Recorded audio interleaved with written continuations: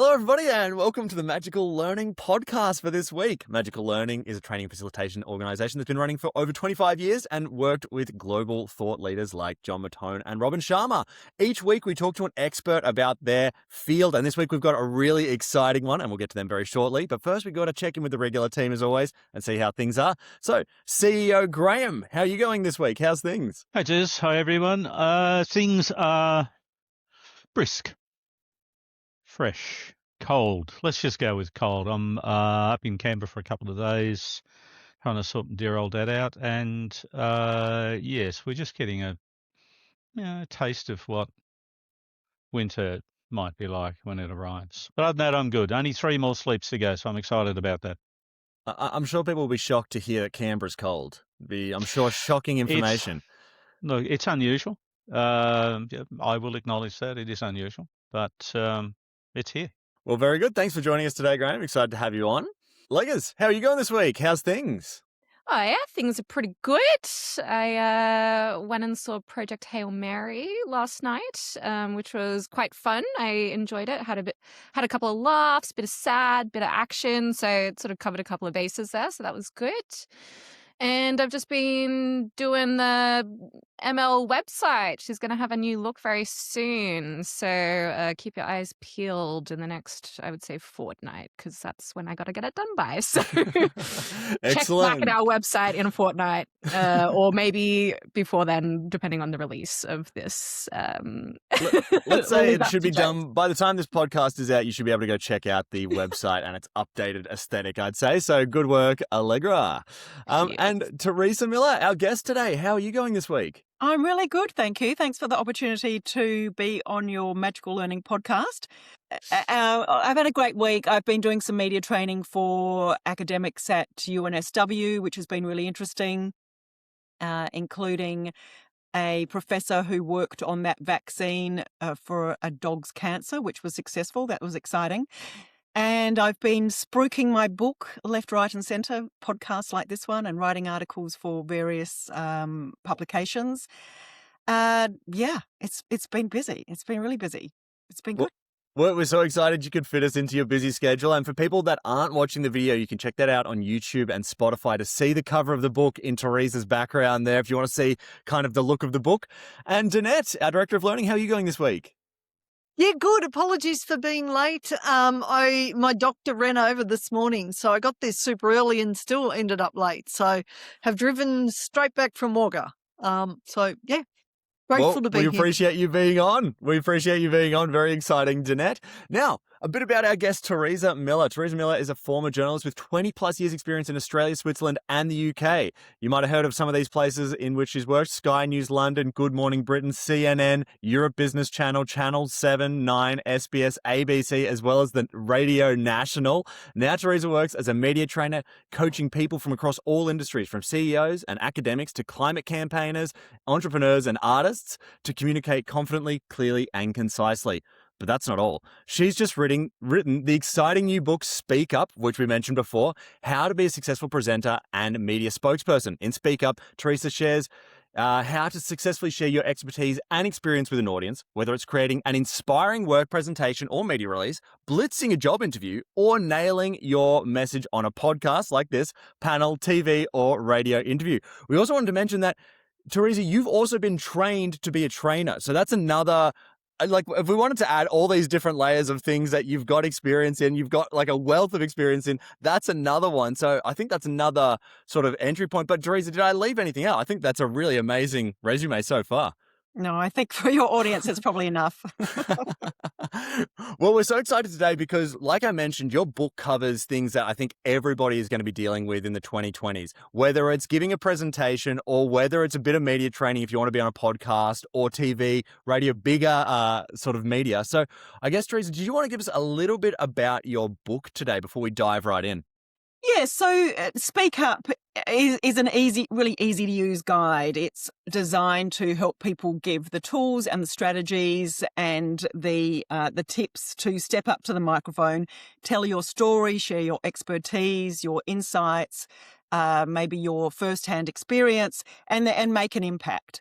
And that's, with a clear objective in mind. Perhaps you want to educate and inform the public, or debunk myths, or maybe inform and influence policymakers to do the right thing. Goodness knows they could do with a bit of egging on.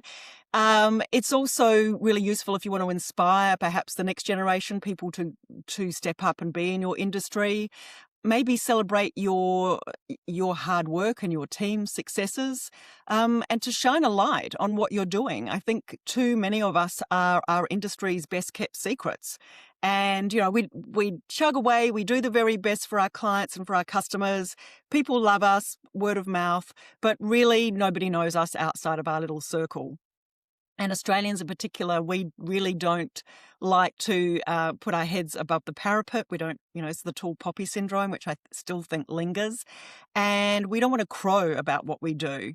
But what I find is that, especially working around with lots of different clients, academics or CEOs or heads of not-for-profit organisations, they're doing incredible work, but they don't take the opportunities to speak on a panel or a podcast, or even a media interview if they're asked, or even give a presentation or pitch to a client for funding, and then tell them in plain English why it's important, why their work is important. And I think that's a real shame. So using my journalism background, using my training background, I've written this very accessible guide for everyone. Because, even if you're going for a job interview, a lot of people can't articulate clearly why they're a standout candidate, why you and not someone else. And I think that's a real shame. And I think, there's another area to it too. It also helps combat fake news and some of the misinformation and disinformation we're seeing out there from ill-informed or perhaps even people with malicious agendas. Absolutely. Wow, that's teed us up for an absolutely epic conversation. So I think let's throw to Danette. Danette usually also has some good setting up questions, so I might start there. Danette, tell us a bit about your questions and a bit about why you chose them. So first of all, congratulations on your book. That's so exciting. To follow on from what you were saying, why do the louder, often less informed voices basically dominate a lot of conversations? Well, Danette, good question. I don't know about your grandmother, but my grandmother used to have some very choice, old-fashioned but sage advice and sayings, and she always said the empty vessel makes the most noise. So those, if you tap on the side of a rainwater tank, we used to have one as a kid in Adelaide, if it was empty, it made a lot of noise. If it was full, it was muted. So the same goes for people, unfortunately. The empty-headed fools natter on, talk a lot about nothing, and those whose head are stuffed with sage advice and experience and knowledge are the ones who stay quiet. So that is a problem. We need to counter some of that misinformation. Unfortunately, it's misinformation and disinformation which gathers momentum much faster, especially on social media. The clicks for outrage, for, people spruiking outrageous comments gather momentum in a way that really sensible voices of reason don't. It's just really sad. I always remember hearing Bob Brown, who was the former head of the Greens, saying that those people who absolutely are dead sure they've got the answer, they have the most followers. Whereas those who go, well, I can see both sides and, let's take a little while to reflect on this, and who were really the voices of reason and considered their responses, well, people don't follow them. Because, well, it's far more exciting to follow someone who absolutely knows the answer. And we all know of those. They are often shock jocks on commercial radio, and they're all over social media as influencers. So, yes, I think the time has come for those people who do have the answers and the experience to step up and quietly but firmly counter some of the absolute nonsense that is doing the rounds. I love that answer. And So I do a lot around the brain science, and it totally makes sense. So if someone's doing the shock, they're putting people into fear, which makes people want to consume and stuff, versus the calm ones, they're working with their brain. So they're absolutely going to be smart. And the fact that they can sit with it, I can hear both sides. That's much, from a brain science, much better people to follow anyway. So then that leads to my next question, which is, what are some ways that we can help these quieter voices actually be heard? That's a good question. Often people are reticent. So there's a story in the intro to my book about Professor Deborah Cromer, who is a mathematical modeler in infectious diseases, and she was working at UNSW. And then this thing came along called the pandemic, and she couldn't believe it, that the case study that she'd always studied in textbooks was suddenly leaping off the page and playing out in real life in her time. And so, of course, journalists were ringing from everywhere saying, "Oh, Professor Cromer, we really need to speak to you. We need to understand the trajectory of this virus and what's it going to mean and how can we protect ourselves and what's going to happen next." And she said, "Oh, well, I don't speak to the media. That's not what I do. That, the media can't be trusted. They're unpredictable, unlike numbers." So she went back to her lab and continued crunching numbers happily. And the media, of course, went on and spoke to other people, ill-informed, often people with agendas of their own, but very little knowledge. And then Deborah was alarmed to hear misinformation and outright lies being played out, broadcast, online, print, on TV. And she thought, well, I actually do have a responsibility, because I'm one of the few people in Australia who understand this, to speak up. And that's when she reached out to the Communications Department for media training, and that's where I was called in.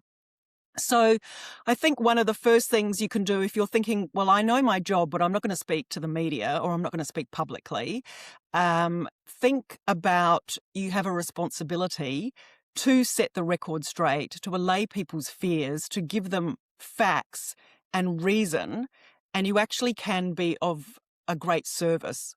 So it's not about your own ego, it's about being of service to others. And I think that gets a lot of people over the line, especially women, because sadly we know that a lot of women decline interviews to speak publicly, and there is evidence to back that up. The Women in Media gender scorecard showed that less than a third of experts quoted in media coverage are women, and that drops down to about 15% on subjects of defence, finance and sport. And even in industries where women dominate, like hospitality, health and, childcare, there are men speaking up for the industry. So firstly, think of it as a service to others, not as yourself, and then have really clear objectives about why you're doing it. And then back yourself with some very clear, prepared, I should say, it's a tautology, and rehearsed key messages, and you can structure those. And I've got lots of those in my book. One of them is really simple. It's point, reason, example, so what. So you can structure your key message in that way. It gives you a moment to, it gives you a safety guard, if you like, and it gives your audience a roadmap to follow where you're going. So if you get caught, like I am now, thinking, where am I going with this? You can go back to the structure. Okay, so structures are really good. An objective, having an attention-grabbing opener, having a specific call to action at the end. All of these structures can make your presentation or your interview manageable and easier. It gives you the guardrails. It's so that you don't feel like you're just out there swimming and about to drown. Sometimes we give ourselves enough rope to hang ourselves if we just chat on like I am now. But if we have a clear structure, then it gives us a safety net, if you like. And you know what? When we ramble on sometimes, and I love that you're doing it on the podcast, and I'm not really saying you're rambling, what we're demonstrating is that you don't die, that it's still okay and you can recover, and it's okay, because I agree that a lot of women won't necessarily stand up and go, I'm ready to speak about this. But it's like, you know what? that far better if they know what they're talking about than someone who doesn't, and then people follow their advice, and imagine the damage sometimes that can happen from that. So I love your share there. Thank you so much. And I love that you were vulnerable enough to say, oh, oops, that's because I never did that too. So thank Well, you. things can go pear-shaped, and it is absolutely okay to show that you're human and laugh and move on, and the audience actually appreciate it. The audience don't want you to feel embarrassed because it makes them feel awkward too. Yeah. So Yeah. I had a scenario years ago when I was promoting my first book called Making Babies, Personal IVF Stories. And I was standing in front of a group because I'm an IVF mum myself, and I was on the IVF Australia Ethics Committee for 10 years. And I interviewed people from who'd experienced the whole gamut of IVF journeys, some who were successful, some who weren't, sperm donors, egg donors, surrogacy, etc. And I was asked to speak to a group of aspiring parents and IVF practitioners. And I was standing in front of a group of about 100 people. And I must have been gesticulating wildly because my wraparound dress rapidly began to unravel. And I was seconds away from standing in front of 100 people in just my underwear. But, which is an interesting twist on that advice to imagine your audience naked. And then my IVF doctor in the front row fortunately yelled out, "Theresa, stop! I've already examined you. No need to undress." And I looked down and went, "Ah!" Quickly tied myself up, went, "Oh, goodness, thanks for that," and laughed and carried on. Fortunately, the audience laughed with me. Probably also at me, but I think it was a great icebreaker, and it just shows I'm human, and look, stuff happens, and it wasn't the end of the world. I mean, honestly, people were in a better mood after that because IVF is sometimes a very serious topic. So I just think we need to lean into being human, especially in this age of AI. AI can't tell you a story about when its dress unraveled. It can give you a lot of information. Some is good, some is questionable, but it can't give you a story about when it was almost naked in front of a group of 100 people. Well, Theresa, I have to say, I think that leads us perfectly into Graham's question. So thank you, Danette, for those. But I think Graham's question is perfect coming off that story. So I might throw to him and ask a bit about why he chose it. I don't know. Let's start there. In your experience, are there times where avoiding comedy would be like a really good thing to do? Are there times when humour is definitely not your ally in giving a speech or a presentation? It's a good question. It depends, I think, on the topic, and it depends on your audience and the scenario. So if it's a very somber subject, you probably it probably wouldn't be appropriate to inject humour.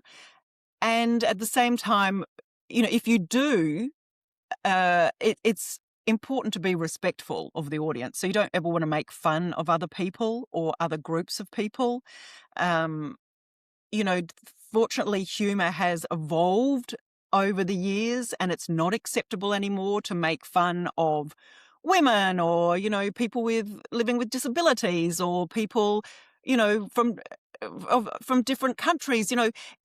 Honestly, back in the bad old days, I don't know why people think that it was the good old days, but when I was growing up as a kid in the 70s and 80s, people would make those kind of jokes even on TV, and we would all just ha ha ha laugh. Or my bosses would make them in the newsroom. It's just not funny, and it's just more about a power play, I think, of one particular type of group showing that they can make fun of other people. So sarcasm is out, making fun of other people is out, but respectful humour that just maybe making fun of yourself, which I do a lot, it can sometimes be a way to break the ice. Yeah, that would be my answer. Cool. Thank you. Appreciate that. And Graham, it's never too late. The Melbourne Comedy Festival is on now. I think they might have. Exactly. I've been banned. I'll let Jez in because he's funny. Well, it's because I keep actually a joke book next to here for when videos are rendering or whatever. I just read jokes. Honestly, it's try and keep me off my phone. Um, Allegra, I might go to you. Allegra, what's your question today? Do you want us a little bit about your question? Yeah, so I guess like I personally wouldn't put myself in the upper echelon of public speaking skills. I would say that I generally don't enjoy doing it. I have a bit of a fear of public speaking. However, in the past, when I have had to do it, I've done it in two different ways where I've like fully written the speech and essentially like read out that, nicely formatted speech. And then other times I've just had dot points and I've sort of been more ad lib, I guess. So potentially like the wording is more natural cadence as opposed to sort of written cadence. So I guess my question following from that is like, even though I have a bit of a fear of public speaking, when I public speak semi-improvisationally with just the dot points, I feel like it goes better than when it's fully scripted. Why could that be? It's a really good point, and I don't advocate for people to write out a script necessarily, because the way we write is very different from the way we speak. It's almost a different dialect. So yes, having some poster notes, I've got a few little poster notes around. I haven't used any of them yet, but I have some poster notes, and they help you remember. They trigger ideas, but having a natural theme, listening to the questions, actually having an intention to connect with the audience and connect with the interviewer in a genuine way will always help, because it takes the pressure off ourselves. And one of the ways there are some ways I advise people perhaps to combat nerves. The first one is focus on the audience rather than on yourself. So we always go into an interview or into a presentation thinking, what am I going to tell them? What are they going to think of me? All about me, instead of what can I give the audience that's of benefit to them? So taking the pressure off yourself and thinking about them, putting yourself in their shoes. Because most people in the audience are tuned into WIIFM. What's in it for me? And so they will think, I want to go along and see Allegra speak, because they're not going to say, I want to go and see Allegra speak because I want to see how nervous she is.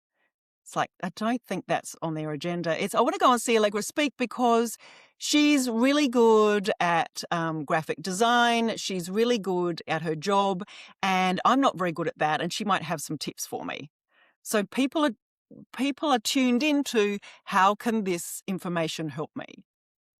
And so that's one of the first things we could do. The other thing to do before you go into a presentation to allay your nerves is to be prepared. And for some people, that's different for everyone. For some people, that's writing a couple of notes on a beer coaster seconds before you get up to give a speech for, someone's 21st or 30th or way beyond. And for others, mere mortals like me included, that means preparing maybe days beforehand or the night before, and writing out poster notes and writing out notes and, reading and rereading and practicing out loud. And then it's also visualizing success, visualizing it going well rather than visualizing failure, which is just worry, which we're all very good at doing. What if I get up onto the stage and I trip over the power cord? What if my PowerPoints don't work? What if my dress unravels? What if? And then also building on past successes. So you may not have given a speech to a stadium before, but you may have given a similar smaller scale talk to your team and it went well. So building on that. And then of course, there's some heavy duty things you can do if you're really, really nervous. And that's breathing techniques. There's something called box breathing, where you breathe in for 4, hold your breath for 4, yes, breathe out for 4. Hold your breath out for 4. I find that really works. I do a lot of yoga. I love breathing techniques in yoga. I find that really helps center me. And then there are things you can do, which I can't show you on the podcast, but moving techniques where you swing from side to side, tapping your shoulder with each arm in turn, almost like a Tai Chi move. Or you stand up, take deep breaths, and then roll down your spine to touch your toes or somewhere nearby, and then come up very slowly again. And you do those a number of times. They're like Tai Chi or yoga moves. They actually help the nervous system to calm down. So you've got to experiment and do what's right for you. And it is true that your body can betray you. Years ago, I read the news for Channel 7 in Adelaide while their usual newsreaders were on a break. And I think the first night I had to read was Christmas Day. And the veteran newsreader there said, "Oh, don't worry, love, no one watches on Christmas Day. And if they do, they're drunk anyway," which somehow didn't really allay my fears. But I did notice, and this is a terrible story, but I was sitting in the studio ready to go. I had my microphone on, my chair was adjusted correctly, the auto cue was adjusted to my speed, ready to go. And then it was about 10 minutes before I'm due on air, and I felt this overwhelming desire to go to the bathroom. And I just got everything out of the way, slammed through the doors, jumped over the sets from, the cooking show that had been on before, and managed to get back into my seat seconds before we're on air. I almost gave the poor technical director, studio director, a heart attack.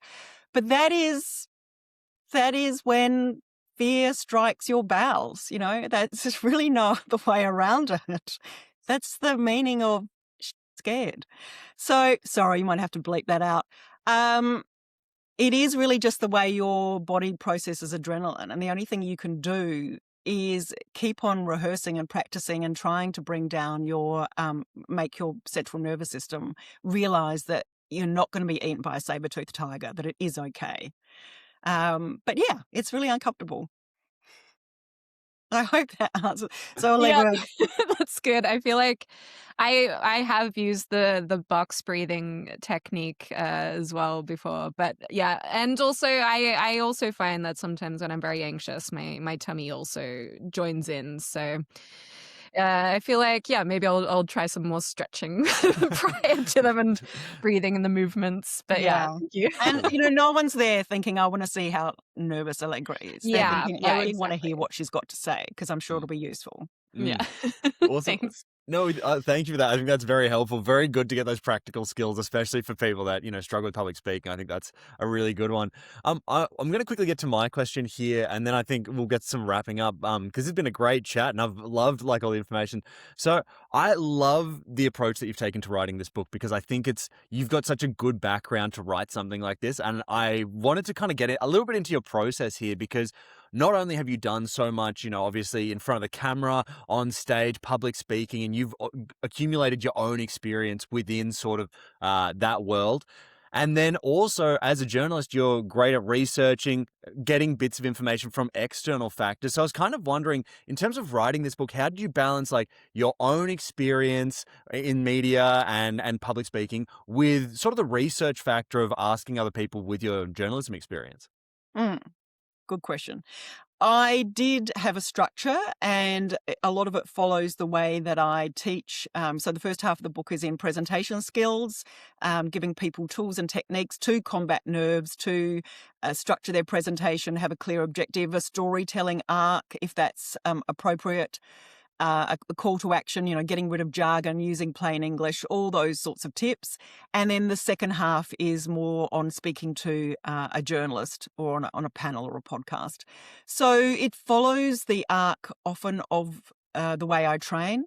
And then there are examples in there of people I have trained. And then I reached out to other experts in the field because the publisher asked me to put something in there about going for job interviews. So I reached out to a woman who was a mentor in that area, and she sits on boards and she mentors young graduates on how to best back themselves when they go in for a promotion or they go for a job interview. So I reached out to various experts. There's a chapter in there on crisis media. I do some crisis media, but I went to an expert who deals in reputational management.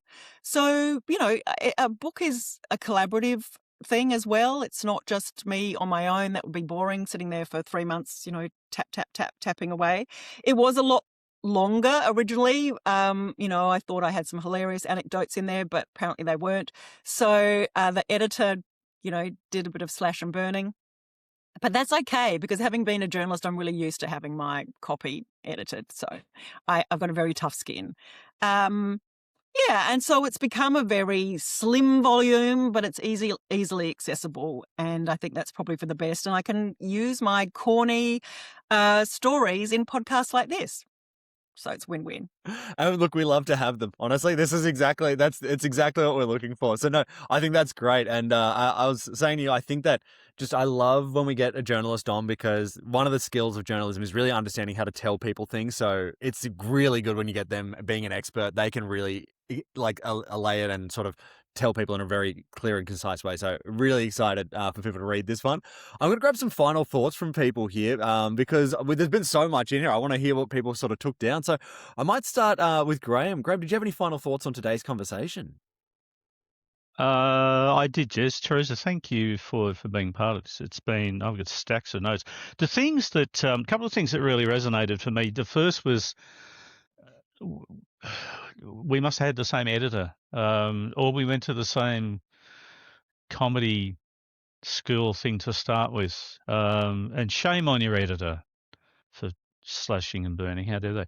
I really appreciated what you shared early on about often and in the context of people sharing what they know, these are the people who actually have the experience, the knowledge, the education, etc., rather than just people who want other people to take notice of them. The fact that a lot of the time when we are speaking with others, to others, for others, that we are doing it as a service. It's not ego-driven, it's service-driven.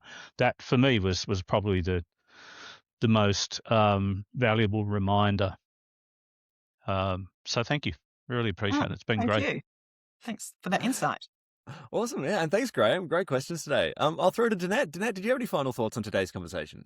Yeah, Theresa, fabulous conversation. I am a professional speaker, and so your tips, spot on. So, I'm going to encourage our audience to buy your book, because they're exactly what help people. And I really like Graham's point as well, the bit about the people who should be speaking, taking that focus off themselves and seeing it as a service to others, because by them doing it, they're also then empowering other quieter voices as well. So I love this. I can't wait to get my hands on your book and have a good read, because for me, you can never stop learning to communicate better. So congratulations on the book. Yeah, this was such a fun podcast. I hope we get you back soon too. Oh, I'd love to. Thank you so much, Danette. Thank you, everyone, for the opportunity.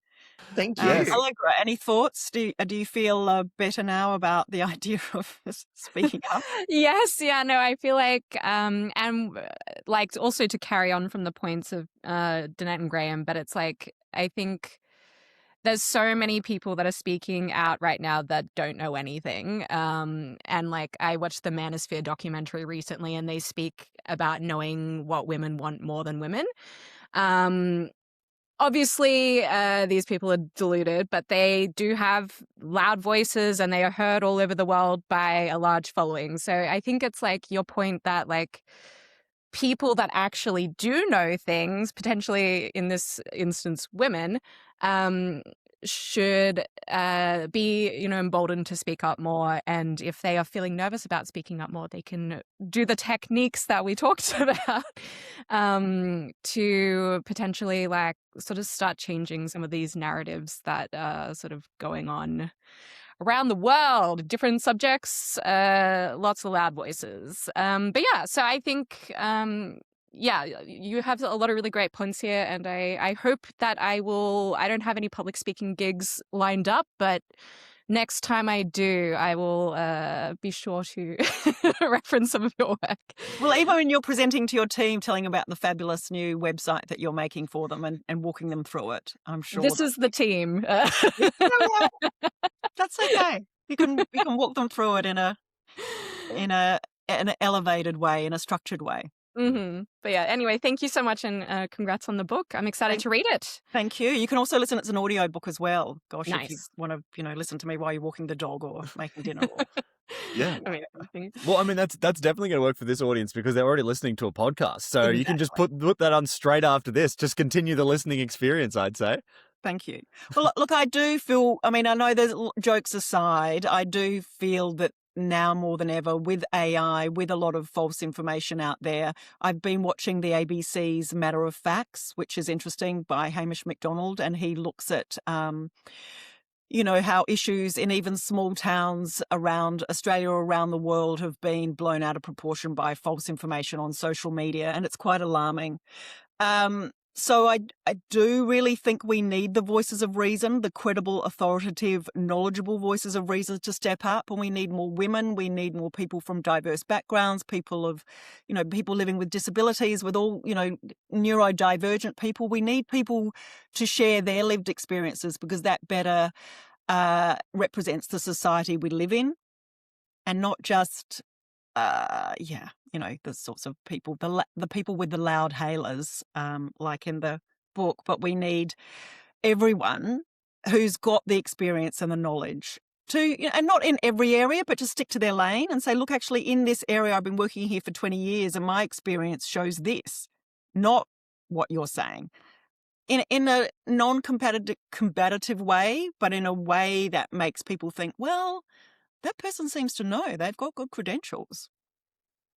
Got to do something. We can't just let the tsunami of misinformation and disinformation take over, because it is undermining democracy, and that's a problem. I feel like I'm old enough, well, to maybe discern what's real and not, but actually I don't think I am. Every now and then I send a Instagram reel to my daughters and say, what do you think of this? And they go, oh, Mum, it's AI. Like, really?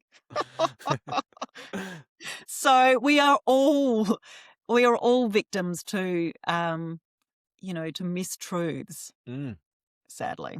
And I think, honestly, Theresa, exactly what you've talked about is the reason that people should be reading this book, is because you never know when you're going to need some of these, like crisis management, for example. You never know when you need the basic skills in that, because it could just be a small town or a small business. One thing gets blown out of proportion and you don't know how to deal with it. You can already be prepared by reading this book. But I also wanted to say, I think that what you do and sort of how you've sort of got to where you are is incredible. I love media training because it's such an interesting concept. It's basically a puzzle that you are solving using your experience in journalism, knowing what questions are likely to be asked. And I think that that's just as a sort of career where you have to be really switched on to do it, it's one that I really put in that regard. So it's very exciting to talk to you today. This book is obviously going to be useful to absolutely everybody.